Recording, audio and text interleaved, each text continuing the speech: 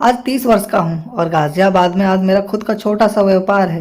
लेकिन आज जो कहानी मैं बताने जा रहा हूँ, मुझे मालूम है कि टिप्पणी में आप लोग मुझे गाली देंगे या मेरे बारे में गलत विचार बना लेंगे। इसलिए ये कहानी मैं अपने नाम छिपाकर लिख रहा हूँ। मेरा बचपन का एक मित्र था, तन्मय। हम दोनों बचपन से ही बहुत करीबी थे। हमारी बचपन से इतनी ज़्यादा घनिष्ठता थी कि हमारे कॉलोनी वाले भी हमारी दोस्ती की दाद दिया करते थे। एक ऐसा मोड़ आया कि उसके लिए शादी का रिश्ता आने लगा था और उसकी शादी हो गई। मैं कुंवारा ही था। मेरे परिवार में मेरी एक बड़ी बहन बची हुई थी, तो इसलिए अभी मेरी शादी में 2 साल बाकी था। उसकी शादी होने के बाद भी मैं उसके घर आना जाना नहीं छोड़ा। मैं उसके घर जाता रहता था और भाभी जी से मजाक भी कर लिया करता था। लेकिन पता नहीं कब मुझे पता नहीं चला और भाभी जी को मुझसे ज़्यादा ही लगाव हो गया था। वो बात बात पर मुझे कॉल कर लेती थी और मुझे हमेशा किसी न किसी कारण से घर पर बुला लेती थी, क्योंकि उस टाइम मैंने भी अपना कोई काम शुरू नहीं किया था, सो हमेशा चला जाया करता था। मेरा दोस्त ज़्यादातर वक्त घर पर नहीं रहता था, वो अपने दुकान पर रहता था। तो घर पर वो और उसके बूढ़े ससुर रहते थे। मेरे दोस्त की माँ की मृत्यु उसकी शादी के कुछ साल पहले ही हो गई थी।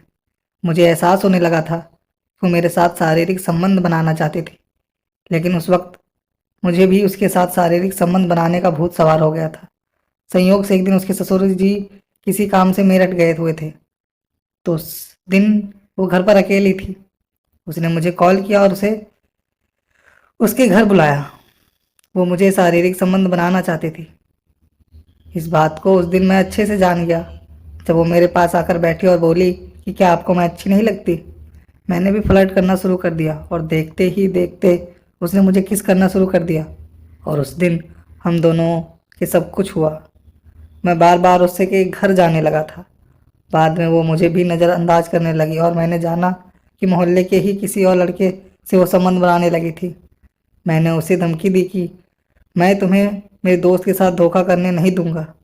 तो उसने मुझसे कहा कि तुमने तो खुद अपने बचपन के दोस्त को धोखा दिया है और मेरे साथ संबंध बनाए हैं। उसकी इसी बात से मुझे गहरा धक्का लगा और मुझे अपनी गलती का एहसास हुआ।